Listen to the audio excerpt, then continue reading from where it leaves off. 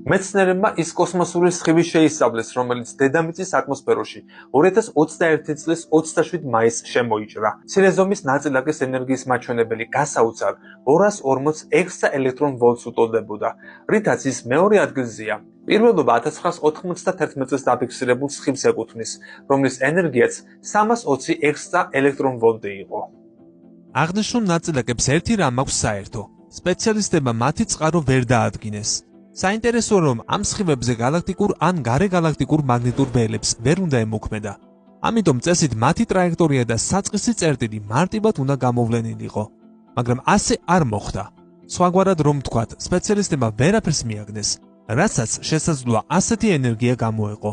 მსგავს სხივებს საუკუნეზე მეტია ვაგვირდებით. ეს რადიაცია არაა, არამედ ძირითადად ატომბირთვებისა და სუბატომური ნაწილაკების სახით გვხვდება, როგორც პროტონები და ელექტრონებია. ასევე ისინი კოსმოსში თითქმის სინათლის სიჩქარით გადაადგიდება, ანუ მოსალოდნელზე მძლავრია.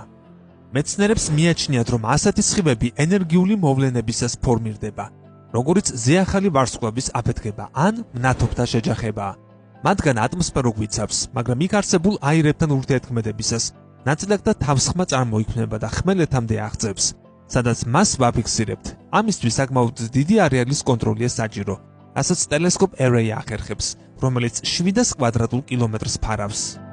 სწორედ მისი მეშვეობით შენიშნეს 2021 წლის მოვლენა. გამოთვლება და სიგნალის ანალიზმა კი აჩვენა, რომ საქმე მეორე ყველაზე ენერგიულ ნაწილაკთან ჰქონდათ, რომლის მსგავსი პრეცედენტიც 3 დეკადის განმავლობაში არ ყოფილა.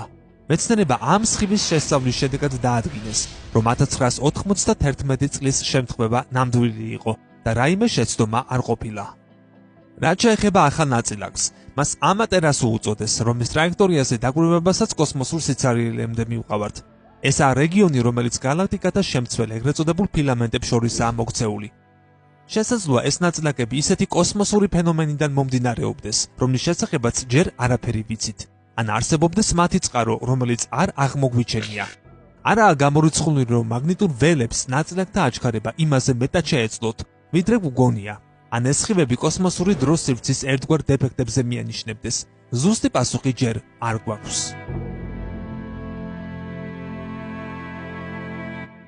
გამოიწერეთ ჩვენი YouTube არხი. ლინკი ჩაშენებულია მთავარ გვერდზე YouTube-ის სიმბოლო აიკონში.